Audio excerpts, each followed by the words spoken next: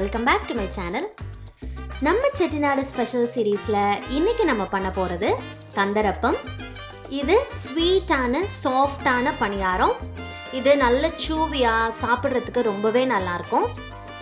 இதுக்கு மாவு மட்டும் நம்ம கரெக்டான பதத்தில் அரைச்சி எடுக்கணும். அப்போது நமக்கு இந்த பணியாரம் சுட்டெடுக்கிறது ரொம்பவே ஈஸி தான். இப்போ கந்தரப்பம் எப்படி பண்ணுறதுன்னு பார்க்கலாம். வீடியோக்குள்ளே போகிறதுக்கு முன்னாடி அக்கறை சீமையிலேக்கு சப்ஸ்கிரைப் பண்ணிவிட்டு பக்கத்தில் இருக்க பெல் பட்டனை ப்ரெஸ் பண்ணிங்கன்னா அதில் ஆல்ங்கிற ஆப்ஷனை மறக்காமல் கிளிக் பண்ணி வச்சுக்கோங்க. ஃபஸ்ட்டு இந்த மாதிரி ஒரு கப்பில் தலை தட்டிட்டு ஒரு கப்பு பச்சரிசி எடுத்துக்கலாம். அதுக்கு மேலே குவிச்சு வச்ச மாதிரி ஒரு கைப்பிடி அளவுக்கு உளுந்து சேர்த்துக்கலாம். இதே மாதிரி நான் இன்றைக்கி 2 கப்பு எடுத்திருக்கேன். இந்த மாதிரி அரிசியும் உளுந்தும் அளந்து எடுத்துட்டு இதை நல்லா நம்ம கழுவிட்டு அதுக்கப்புறமா தண்ணி சேர்த்துட்டு இதை ஒரு 1 மணி நேரம் நம்ம ஊற விட்டுடலாம்.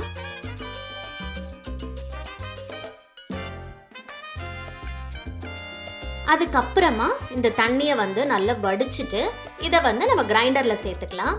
இப்போ நீங்கள் 1 கப்பு மட்டும் போட்டிங்கன்னா நீங்கள் மிக்சியிலே போட்டு ஆட்டிக்கலாம். ஆனால் நீங்கள் இதை கிரைண்டரில் ஆட்டும் போது தான் நமக்கு இன்னும் நல்ல ஸ்மூத்தான மாவு கிடைக்கும். கிரைண்டரில் சேர்த்துட்டு அது கூடவே நான் இன்றைக்கி ஒரு 1/2 கப்பு அளவுக்கு தண்ணி சேர்த்து இந்த மாவு ஆட்டியிருக்கேன். அது ஒரு 5 நிமிஷம் ஆடினதுக்கு அப்புறமா ஒரு 1/2 கப்பு போல் துருவன தேங்காய் சேர்த்துக்கலாம். இது மொத்தமாக ஒரு 10 நிமிஷம் ஆட்டிட்டு நான் இன்றைக்கி 2 கப்பு வெல்லம் கொஞ்சமாக ஒரே ஒரு டேபிள் ஸ்பூன் தண்ணி ஊற்றி இதை கரைச்சிட்டு வடிகட்டிட்டு நல்லா ஆற வச்சுட்டு அதுக்கப்புறமா இதை மாவோடு சேர்த்து அரைச்சிக்க போகிறேன். உங்கள் வெல்லம் சுத்தமாக தான் இருக்குது அப்படின்னா நீங்கள் அப்படியே கூட சேர்த்துக்கலாம். வெல்லத்தை சேர்த்துட்டு இன்னொரு 2 நிமிஷம் ஆட விட்டுட்டு நம்ம எடுத்துடலாம் மாவை. அதுக்கப்புறமா அது கூட ஒரு 4 ஏலக்காய் பொடி பண்ணி சேர்த்துட்டு 1/4 டீஸ்பூன் உப்பு சேர்த்து நல்லா மிக்ஸ் பண்ணிவிட்டு இந்த மாதிரி தோசை மாவு பதத்துக்கு இருக்கணும் மாவு. அதுக்கப்புறமா எண்ணெயை காய வச்சுட்டு ஒவ்வொரு தடவையும் ஊற்றும் போது இந்த மாதிரி நல்லா கலந்து விட்டுட்டு அந்த எக்ஸ்ட்ரா இருக்கிற மாவை இந்த மாதிரி வலிச்சிட்டு ஊற்றுனீங்கன்னா உங்களுக்கு அழகாக ஊற்ற வரும். மேலே இந்த மாதிரி எண்ணெய் தெளித்து நம்ம ஃப்ரை பண்ணணும்.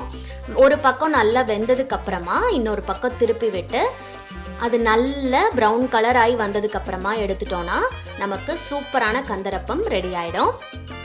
அடுப்பு ரொம்ப லோ ஃப்ளேம்லேயும் வைக்கக்கூடாது, நல்ல ஒரு மீடியம் ஹை ஃப்ளேம்லேயே வச்சுக்கோங்க.